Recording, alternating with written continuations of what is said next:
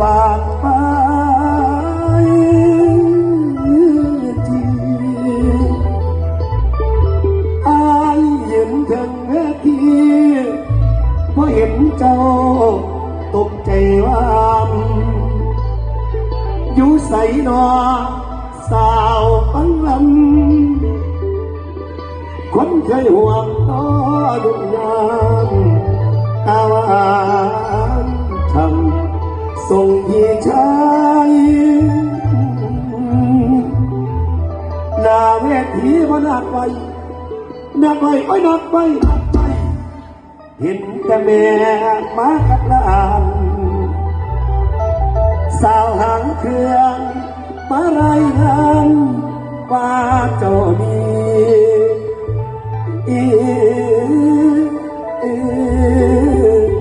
บอกขึ้นบ้านโอ้ไปโอ้ไปเอาน้ำมาสีมาละแย่แล้วแหงละหายไปหนาวเส้นหน้าหนอกเองขอบคุณครับยกมุกกลับมาเรากันบนบ้านน้องดีหน้าเวทีมันปีก่อนมาไอ้บอกมาลำแต่ทั้งคำเคยสัญญาผมสอบมาแล้วรู้ว่าเจ้าคงบอกมาปัดลำไปทำแต่รับแต่ไม่ได้เลยว่าเขาอีไปทำแต่รับแต่ไม่ได้เลยว่าเขาเป็นน้ำหนาภาษาบางคนที่เป็นคนมือใส่ทำไมเจ้าบอกมาบังลำหรือไปใส่ชุดดำเที่ยวตาผัดเพื่อชีวิตประเด็นมาลำสาวชุดดำมันไปวันดินวันนั้นต้องเพื่อชีวิตวันสิ้นได้บอกมันยาวห้องนางมีที่ปีมันมีมาลัยต้องไปลำไปแต่ในหัวใจลำยางหัวใจเอ้ยชอบกินออกแต่สาบังลำให้ดูสิได้ใจละหัวใจมองยังจะโดนเย็นน้ำตกจะตามเข้ามาเข้ามาเป็นเราเย็นน้ำตกจะตามเข้ามาเข้ามาเป็นเราการไปที่ผู้สาวไว้ติดไปแล้วมันโดนทิ้งจะไม่ได้ลงมาแล้วอยากมองไม่ออกแต่หัวอยู่ดอกก็เป็นเกย์ตอนกันไปหาสาวนั้นคนแก่รับผิดพระเอกต้องลำคิดถึงชาสิ่งที่เกิดไปว่าสักคำไม่รับเสียงนักร้องสักคำไม่รับเสียงนักร้องเสียงข้างนอกมาที่บ้านกันโตพอผู้สาวมาเสนาเด็กวัดหน้าที่เป็นมาตามผสมรอยหยิบเงินจะหาคนเจ็บเขาก็คงไม่ได้ออกมันไม่ได้หัวใจทำยิ่งอ่อนสาวก็พลาดโอเคเสียง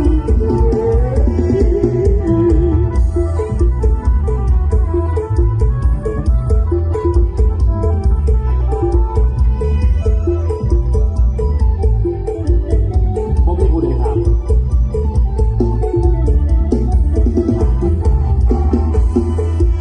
ลำชี้ยอให้นักในผลงานตลอดกัน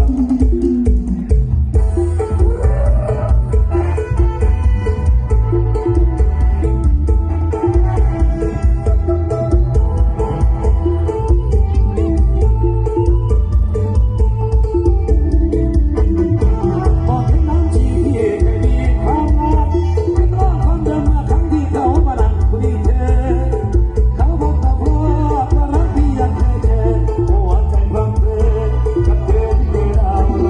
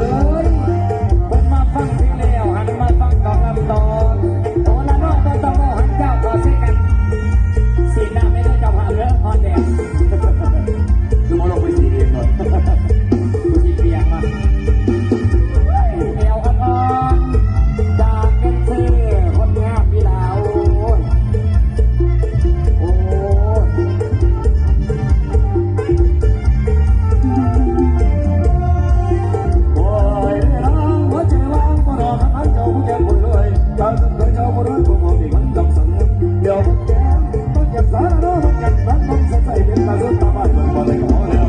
ตาเรียนแล้วใจสว่างรักกันมาให้อยู่ให้ยาเพื่อจะเหลือมองใจลายเพื่อจะเหลือมองใจลายเล็บมือใส่น้ำยาบาดตาไม่เห็นทางที่เดินผ่านสบายแต่รักแย่ข้างเราบริการแล้วก็ต้องคนสาวจะเส้นสายต่อมองเสียความยาคนทำมาใช้บริการแค่เมื่อร้านไปจะถึงยังแน่บางคนขอแค่มาส่งเห็นยังกินข้าวแดงเป็นลูกเดียวหมดทางบ้านท่านเราไม่ไว้เห็นกระซ่าบ้านท่านเราไม่ไว้เห็นกระซ่าสุดตาละวันคงไม่แย่นะผู้บ่าวทำทิ้งไปกันแล้วสุดดาวหันไปกันแล้วใจร้อนซ่าเราไม่ได้ไปโยมาตัดผมก็เราผมก็จะตัดเอาเดียวมาซอยใครบอกแค่วันละน้อยใครชิมวันละน้อยไม่ได้ใส่กระสุนกำลัง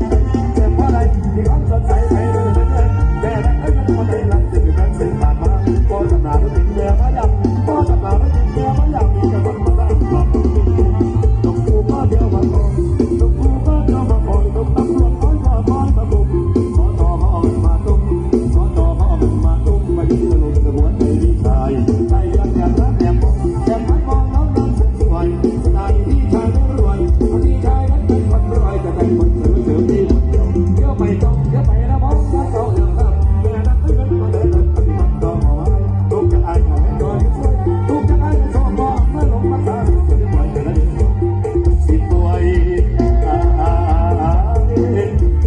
น้อง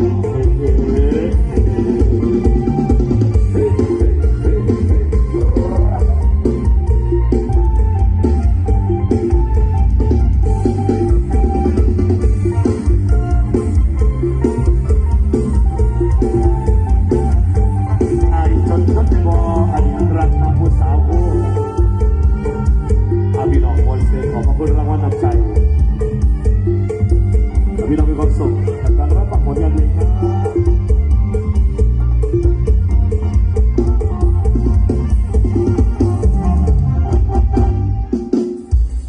ไอ้จนจนบ่นะขอเสียงคนตัวอย่างหัวหน่อยเด้อ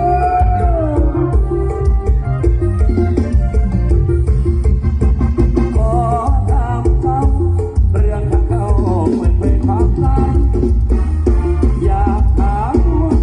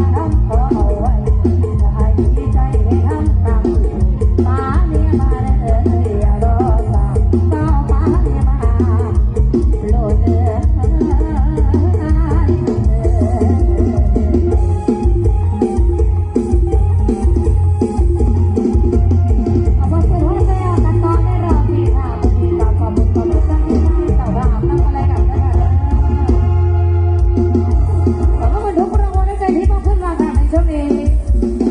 อ้าว ขอเสียงทีมงานเจ้าภาพหน่อยครับหัวหน้าเด้อหัวหน้าเด้อพร้อมแล้วสารพันบ้านน้องมีมามีมาสีโกสารพันบ้านน้องมีมาวันดีมาสี่คนมาวันดีมาสี่คน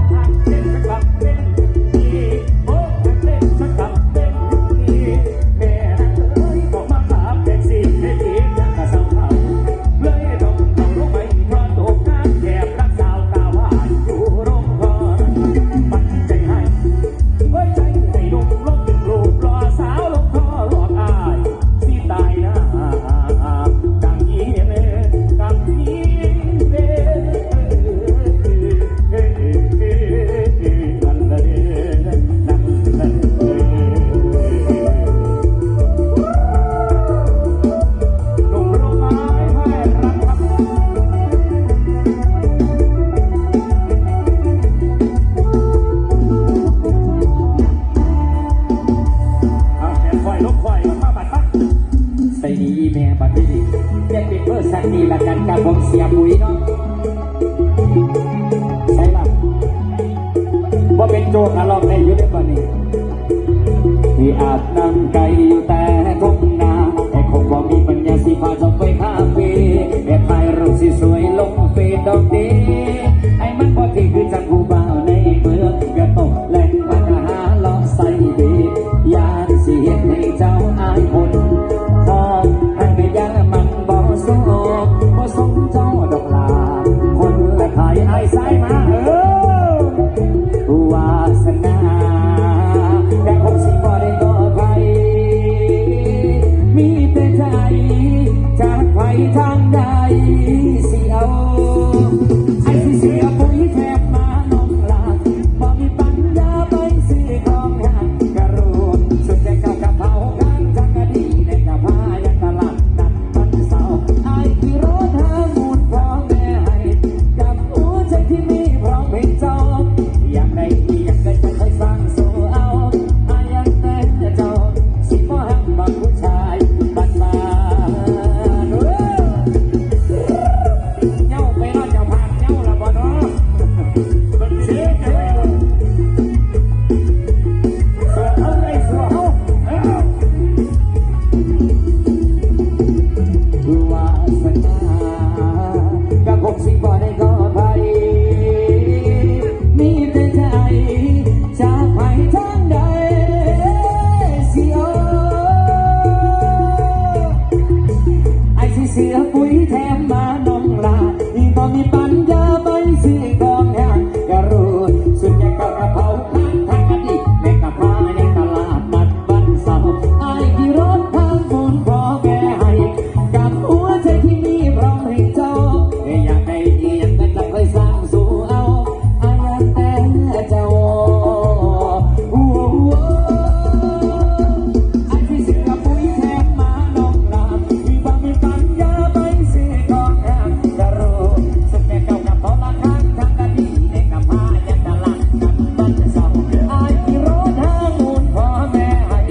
กับหัวใจที่มีพร้อมให้เจ้าอยากได้อยากได้จะเคยสร้างสู่เอาอาอยากแต่เจ้าสิบ่หักบักผู้ชายบ้านบ้านอยากแต่เจ้าสิบ่หักบักผู้ชายบ้านบ้านโอ้ขอบคุณหลายๆครับเดี๋ยวจัดให้เด้ออันเชื่อฝากไปดึงออกของและซอกเหลืองอีกสักคนหนึ่งครับผมว่าเจ้ามากินเราโทษเป็นตาเสียงแน่นอนทั้งนั้นเนาะเอาใจไว้รุ่นอีกสักหนึ่งผลงานเพลงในรอบนี้ขึ้นรถมอเตอร์ไซค์ไปเชิบเชิบ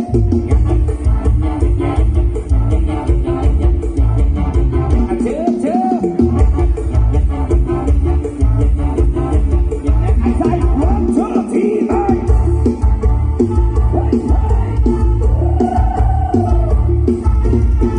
เชิบเชิบยังสั่งเนี่ยมีสถาน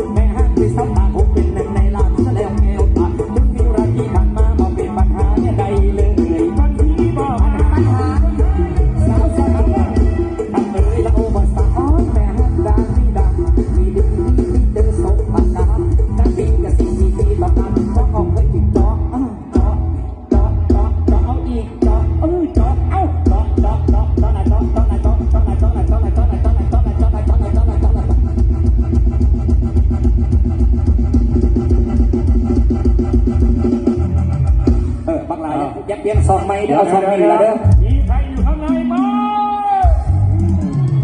คือบ่เห็นว่ะ โอ้ยอย่าเปลี่ยนซองได้เอาซองนี้ละละเอา คือเปลี่ยนส่งไว้แต่แบบ เจ้าภาพอันผู้ใดเป็นคนจ้างแดนเซอร์เนาะโอ้ยเจ้าภาพจะได้มาจ้างถือบุ้งแทนเนาะจริงๆแล้วพวกเขาบอกให้มีแดนเซอร์กันจีมีนะยังก็ให้อ๋อผู้นี้จ้างแดนเซอร์โอ้ไอ้ใช่เจ้าจ้างแดนเซอร์ตีเจ้ามันสุดอยู่แล้วไอ้แม่นแล้วเอาเงินกับเราเอาเงินมาให้กูจัก20 บาทขนาดไป